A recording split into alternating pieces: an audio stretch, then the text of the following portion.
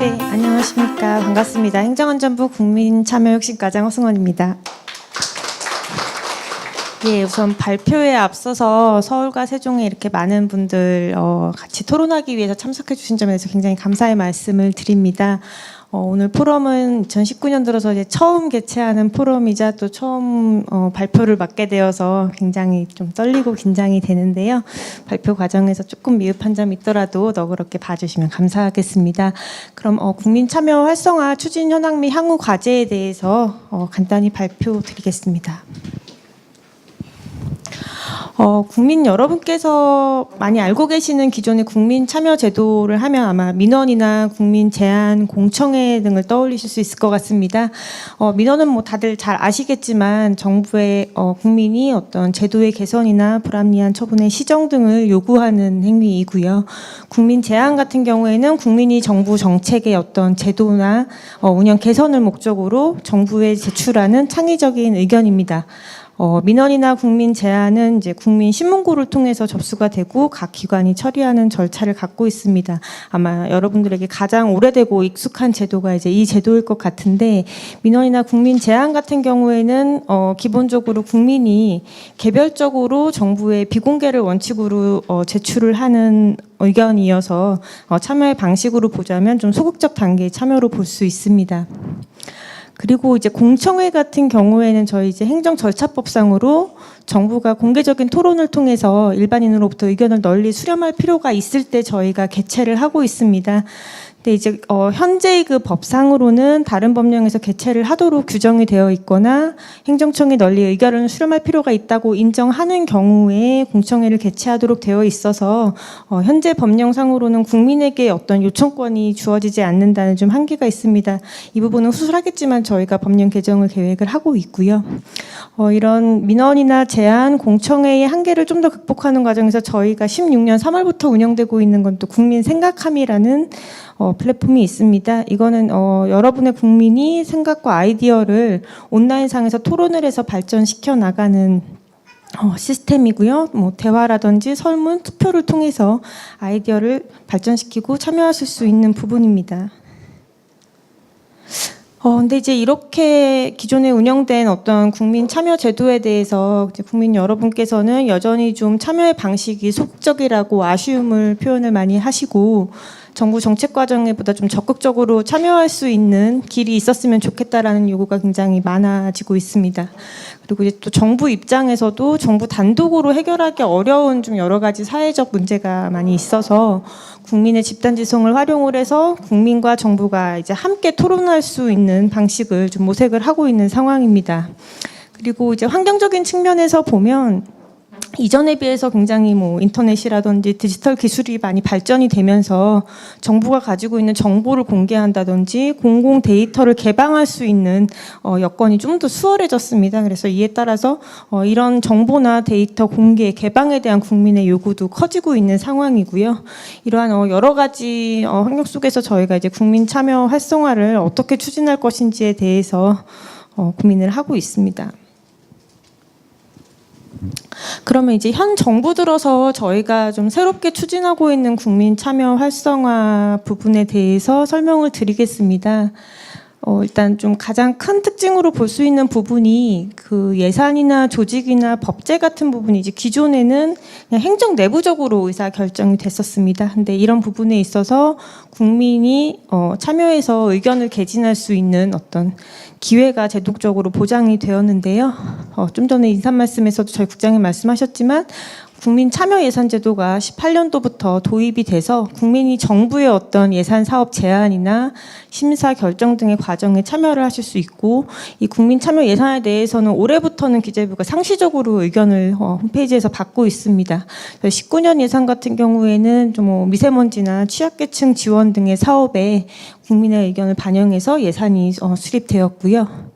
또 이제 국민 참여 조직 진단 제도라는 것이 있습니다. 이건 저희가 이제 공개 모집을 통해서 국민 참여단을 구성을 하면 이 국민 참여단이 이 부처의 인력이 얼마나 필요한지, 제대로 운영이 되고 있는지, 재배치할 필요성은 없는지 등을 진단해서 의견을 개진해 주십니다. 19년에는 20개 부처에 대해서 진단이 이루어졌습니다.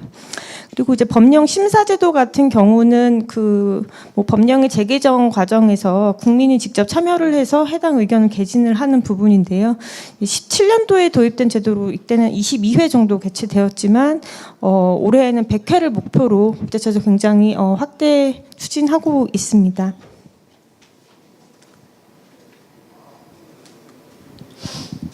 네, 다음으로 저희가 좀 소개드릴 수 있는 부분은 집단지성 기반의 정책 제안 토론을 활성화하는 부분입니다. 그 민원이나 제안 부분이 기본적으로 국민이 정부에게 1대1로 의견을 제출하는 형식이라면 좀 더 국민들의 많은 의견을 모아가지고 정책 제안을 도출하자라는 차원에서 저희 지금 광화문 1번가 열린 소통 포럼이 운영이 되고 있습니다. 17년도에 그 국민인수위원회에서 광화문 1번 광장에서 그 개인 의견들 많이 받으신 거 기억을 하실 겁니다. 이런 어떤 국민 참여, 국민 소통의 어떤 정신을 계승을 해서 저희가 국민과 공무원이 다 같이 토론할 수 있는 장을 상설 운영한다라는 차원에서 작년에 서울에 열린 소통 포럼 공간이 개소가 되었고요. 올해는 지금 세종 이곳에 공간 개소가 되었습니다. 작년 같은 경우에는 한 10회에 거쳐서 정기 포럼이 개최가 되어서 정책 제안 72개가 발굴이 되었고 이 중에 이제 45개 과제에 대해서는 지금 각 부처에서 정책 반영을 추진 중에 있는 상황입니다. 그리고 이렇게 포럼이 열리지 않는 시간대에는 각 부처가 국민정책 토론장으로 활용할 수 있도록 저희가 공간을 개방을 해서 작년 같은 경우에 한 170회 정도의 포럼이 개최되었습니다. 이 열린 소통 포럼 공간에 참석하셔가지고 토론에 참석해 주신 국민과 공무원분들은 약 5천여 명 정도로 지금 저희가 집계가 되고 있습니다. 그리고 이제 올해 초부터 좀 온라인에서도 국민 참여를 확대하자라는 취지에서 저희가 구축 운영하고 있는 부분이 이제 광화문 1번가 국민 참여 플랫폼입니다. 그 온오프라인에 연계한 어떤 제안 토론을 활성화하고 다양한 국민 참여 기제를 안내하자라는 취지에서 이제 이 플랫폼이 운영이 되고 있는데 하면서 저희가 이제 여러분들의 의견을 들었을 때 아직 좀 부족한 점도 많고 아직 활성화가 되고 있지는 않은 상황입니다. 이 부분에 대한 발전 방안에 대해서는 또 추가로 설명을 드리고요. 오늘 이 자리에서도 많은 의견을 주시면 좋을 것 같습니다. 또 정부혁신 국민포럼이라는 게 운영이 되고 있습니다. 이거는 정부혁신도 국민의 의견을 들어서 국민이 원하는 어떤 정부혁신 과제를 발굴해서 추진하자라는 차원이고요. 온라인 회원이 한 3,500명 정도, 운영위원이 110명으로 구성이 되어 있고 이 정부혁신 국민포럼을 통해서 상향식으로 발굴된 정부혁신 과제 77건에 대해서 저희가 지금 현재 정책 추진을 하고 있는 상황입니다. 사회 지역 문제를 어떻게 하면 정부와 민간이 함께 해결할 수 있을까에 대해서도 저희가 좀 고민을 하고 있어서 일단 주민이 발굴한 지역 사회 문제를 정부랑 지방자치단체 그리고 공공기관이 함께 협력해서 해결하는 민간 협업 플랫폼인 지역혁신포럼이 지금 올해 각 지역 6개 소가 운영이 되고 있습니다. 그리고 주민 주도의 어떤 의제 발굴이라든지 혁신 활동을 통해서 지역사회 문제를 주민 스스로 해결하는 어떤 역량 향상을 목적으로 하는 복합 플랫폼 소통 협력 공간도 6개소가 운영이 되고 있는 상황입니다. 처음에 소개해드렸던 어떤 기존의 국민 참여 제도도 어떻게 하면 좀 내실 있게 운영을 할 수 있을까 하는 차원에서 저희가 청원법과 행정절차법의 개정을 추진을 하고 있는데요. 사실 지금 그 청원법은 법상 운영은 되고 있지만 사실상 문서로 제출할 수밖에 없도록 근거가 되어 있어서 활성화되고 있지 않은데 이제 여기서는 청와대 국민청원은 이제 소통 창구로서 운영이 되고 있는 것이고 지금 여기 저희 그 법상의 청원법에서는 사실상 국민들께 많이 알려져 있지도 않고 접수가 많이 되고 있지 않는데 이런 부분을 좀 활성화하기 위해서 온라인으로 청원을 받을 수 있는 거에 법적 근거를 제도화하고 공개 청원을 도입하는 것을 추진하고 있습니다. 그리고 이제 각 기관에 접수된 청원도 좀 더 기관이 심의를 잘 할 수 있도록 민간과 정부가 함께 참여하는 심의위원회를 구성해서 청원을 심의하는 방법으로 지금 저희가 개정을 추진하고 있습니다. 이 개정안은 최근에 지금 국회 발의가 되었습니다. 그리고 이제 행정절차법의 경우에는 아까 그 공청회 요청권이 이제 행정청에만 있는 좀 한계가 있어서 일정 수 이상의 당사자들이 공청회 개최를 요청할 수 있는 개최 요청권을 신설을 한다든지 행정 예고의 대상을 대폭 확대하는 방향으로 절차법 개정을 추진을 하고 있습니다. 그 국제 지표로 봤을 때 우리나라의 이 국민 참여 수준이 어느 정도인가 뭐 좀 진단을 해볼 수 있는 지수로는 OECD 지속 가능한 거버넌스 지수가 있을 것 같습니다. 그 한국의 민주주의의 질은 점차 나아지고 있는 추세이지만 주요국에 비해서는 여전히 낮은 수준이고요. 이제 이 지수 중에 시민의 참여 역량 지표가 있습니다. 이것도 17년에 비해서 개선이 되었지만 아직 주요국 평균에는 못 미치는 수준입니다. 또 그 민주주의 질의 점수에 비해서 참여 역량의 지표가 점수가 좀 더 낮은 것으로 봐서 여전히 그 국민 참여 제도가 좀 내실 있게 운영이 되어야 될, 또 개선될 여지가 많이 있다라고 저희가 볼 수 있을 것 같습니다. 또 세부 항목별로는 정책 지식에 비해서 주민의 의사가 정부에 얼마나 잘 전달되는지, 그리고 주민이 얼마나 적극적으로 투표에 참여하는지 부분이 점수가 더 낮아서 저희가 제도적으로 어떻게 국민들께서 많이 참석하실 수 있도록 정책 과정에 의견을 개진하실 수 있도록 저희가 지원을 하냐가 중요한 과제라고 생각이 됩니다. 2018년에 한국행정연구원에서는 또 국민 참여 역량 지수라는 거를 좀 분석을 해봤는데요.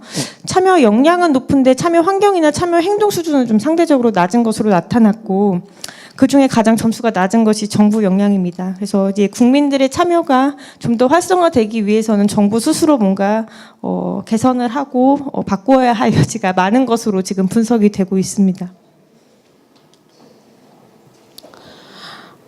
그 저희 행안부의 정부혁신 전략 추진단에서 그 각 부처에서 지금 여러 가지 국민 소통 참여 창구를 운영하고 있는데, 여기에 참여를 해서 활동하신 국민들을 대상으로 지금 현재 정부가 이렇게 추진하고 있는 다양한 국민 참여가 잘 가고 있는지, 국민 참여를 활성화할 수 있는 요소가 어떤 것들이 있는지에 대해서 좀 의견을 물었습니다.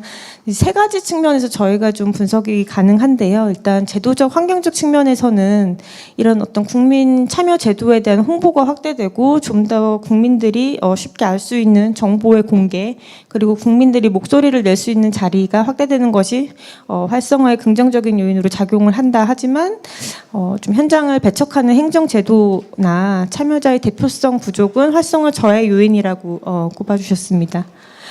정부나 공무원에게 가장 필요한 부분은 국민 의견을 진정성 있게 듣고 그 결과에 대해서 피드백을 하는 부분이라고 말씀들이 있으셨고, 형식적인 제안 처리라든지 수동적 보수적 태도가 지금 국민 참여 활성화에 저해 요인이 되고 있다는 의견입니다.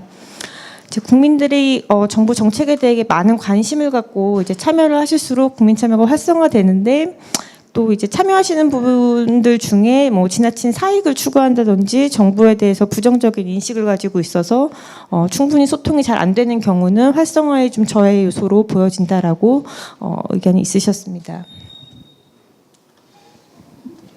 그래서 지금 저희가 이제 이런 것들을 보고 평가를 해보자면, 일단 현 정부 들어서 어떤 국민 참여 활성화의 성과라고 하면 이전에 비해서는 굉장히 기관별로 다양한 소통 창구를 운영하는 노력을 하고 있습니다. 뭐 국민청원 안전검사제라든지 청년 정책 모니터단 등 굉장히 다양한 소통 창구가 운영이 되고 있고, 국민들의 의견을 모아서 어떤 집단지성에 기반한 정책 제안을 도출하려는 노력도 좀 성과로 이야기를 할 수 있을 것 같습니다. 하지만 여전히 이제 그 국민 참여 제도에서 활동을 하신 국민들께서는 정부가 이 국민 제안을 소극적으로 검토를 하고 의견을 수렴하는 데 그치고 이거에 대해서 충분한 피드백을 하지 않는 거에 대해서 굉장히 피로감을 호소를 하고 계시고, 아직 공무원들의 의식이나 행태 변화는 좀 부족한 수준이라는 비판들을 많이 주시고요. 또 이게 기관들이 굉장히 다양한 소통 창구를 많이 운영을 하는데 이게 과연 얼마나 내실 있게 운영을 하고 있는가에 대해서는 좀 짚어볼 여지가 많은 것 같습니다. 그래서 이제 이런 그 다양한 국민 참여 기제가 좀 범정부 차원에서 내실 있게 알차게 운영되는 되도록 하는 어떤 제도적인 지원 노력이 부족하지 않았나 저도 좀 반성을 많이 하게 되는 부분입니다. 네, 그래서 지금 저희가 일단 내부적으로 검토하고 있는 그 국민참여제도 활성화를 위한 향후 추진 방향에 대해서 간단히 말씀을 드리면, 일단 부처별 국민참여제도에 대한 현안 진단을 통해서 제도 개선 과제를 발굴하고 전 정부적으로 추진할 수 있는 어떤 종합 추진 계획을 수립을 할 계획을 가지고 있습니다. 국민 참여 정책에 대해서 각 부처 홈페이지에 공시를 한다든지, 국민 참여를 통한 의사결정에 반드시 필요한 어떤 사업에 대한 기준을 마련한다든지 하는 과제가 개선 과제 예시가 될 수 있을 것 같습니다. 그리고 그 부처별로 운영되는 국민 소통 참여 창구에 실질적인 운영 수준의 편차가 좀 크게 나타나고 있습니다. 그래서 기관별로 좀 우수한 사례를 선정을 해서 이것을 표준 모델로 각 부처가 이를 좀 수용하고 확산할 수 있도록 독려를 하고, 지방자치단체에서도 좀 주민이 중심이 되어서 정책을 기획 실행하는 주민자치 모델이 좀 전 지자체로 확산될 수 있는 노력을 해 나가고자 합니다. 그리고 이제 의견을 듣는 과정에서 가장 지금 좀 문제점으로 지적이 되고 있는 이 국민들이 주신 의견이 과연 어떻게 정책에 반영이 되고 있는지에 대해서 피드백이 부족하다라는 부분에 대해서는 저희가 온라인 공개를 하고 지속적으로 국민 의견을 수렴을 해서 이 과정을 모니터링하는 부분을 좀 추진하고자 합니다. 국민 참여를 잘 하시려면 또 이 정책 정보를 많이 아셔야 되잖아요. 그래서 필요한 것이 그 원문 공개를 확대를 해서 국민들께서 보다 좀 내용이 있는 알찬 정책 정보를 보실 수 있도록 하는 것이 굉장히 중요하다라는 생각이고요. 그다음에 뭐 범정부 국민참여 박람회 개최 등을 통해서 그 정부 기관 간에도 서로 우수한 사례를 좀 공유하고 벤치마킹을 하고, 박람회에 오신 국민들 입장에서도 각 기관별로 이러한 제도가 운영되고 있다라는 것을 좀 아실 수 있도록 하는 것이 중요하지 않을까 생각됩니다. 그리고 앞서 소개드렸던 그 온라인 광화문 1번가에 좀 정체성이 모호하다 이런 비판들을 좀 많이 주고 계신데, 저희가 앞으로는 이 플랫폼을 좀 온오프라인과 연계해서 실질적인 정책 토론이 이루어지고 그 제안의 내용이 정부 정책에 반영되는 어떤 핵심 축으로 발전할 수 있도록 좀 플랫폼을 개선해 나가고자 합니다. 그래서 국민 제안의 정책화 과정을 온라인을 통해 공개를 하고, 그 앞서 설명드렸던 그 정부혁신 국민포럼의 어떤 제안 토론과도 저희가 통합 운영을 해서 이곳에서 나온 제언이 반드시 이제 정부 부처의 검토를 거쳐서 좀 반영 여부가 결정될 수 있도록 추진력을 강화해 나가려는 계획을 가지고 있습니다. 그리고 지금 기관별로 굉장히 다양한 오프라인 국민 참여 활동이 이루어지고 있는데, 이게 오프라인에서 이루어지고 나면은 그냥 그 결과라든지 성과가 온라인으로 집적되지 않고 이제 좀 날아가는 아쉬움이 있습니다. 그리고 이제 국민들께서도 제출한 의견이 도대체 어떻게 진행되고 있는지 모르겠다라는 말씀들을 많이 주셔서 이런 각 기관별의 국민 참여 활동을 저희가 온라인적으로 지원할 수 있는 기능도 제공을 하려고 계획 중에 있습니다. 국민들이 정책 과정에 좀 적극적으로 참여하실 수 있도록 우수 성과를 창출한 국민에 대한 인센티브 확대를 고민을 하고 있고요. 그다음에 정책 과정이 참여하는데 필요한 어떤 교육 프로그램을 운영하고자 합니다. 이어서 지금 세종시에서 사례를 발표를 해주실 텐데, 세종시의 시민주권대학 같은 것이 하나의 예가 될 수 있을 것 같습니다. 그리고 사실 무엇보다 중요한 건 이제 이 국민 참여 제도를 대하는 어떤 공무원의 의식이라든지 행태가 변화되어야 된다고 생각합니다. 그래서 이제 저희가 일단 필요하다고 생각하는 거는 이 평가에 대해서 국민 참여 어떤 지표의 비중을 확대를 하는 것인데요. 현재도 정부 업무 평가에서 국민 참여 평가는 되고 있지만 100점 만점에 0.8점입니다. 그러다 보니까 이제 각 기관장에서는 다른 업무에 비해서 이 국민 참여를 얼마나 제대로 운영을 할 것인지에 대한 관심이 아직은 좀 낮은 수준이라고 판단이 되고, 그래서 이제 이 평가 지표를 좀 확대를 할 필요가 있겠다. 이 평가를 누가 어떻게 하는 것이 잘 하는 것일지에 대해서 좀 고민이 필요하다고 생각이 되고요. 그다음에 실제로 정책을 입안하는 데 있어서 국민 의견을 얼마나 충실히 듣고 반영을 했는지에 대한 실적을 실국장 성과평가 등에 반영을 하면 각 부처의 기관장이나 관리자분들께서 좀 더 이 국민 참여에 관심을 가지고 국민 참여 제도를 내실 있게 운영하려는 노력을 하지 않을까라고 좀 기대를 해봅니다. 예, 사실 저희가 이 국민참여제도를 어떻게 내실 있게 운영해야 할 것인가 이제 막 고민을 시작한 단계고, 이제 오늘 이 열린 소통 포럼에서 많은 분들이 또 제안을 해주시고 토론에 참석을 해주실 텐데요. 오늘 나온 의견들을 종합적으로 반영을 해서 국민참여제도를 좀 더 발전시켜 나가도록 노력하겠습니다. 오늘 많은 의견 부탁드립니다. 예, 제 발표는 이것으로 마치겠습니다. 감사합니다.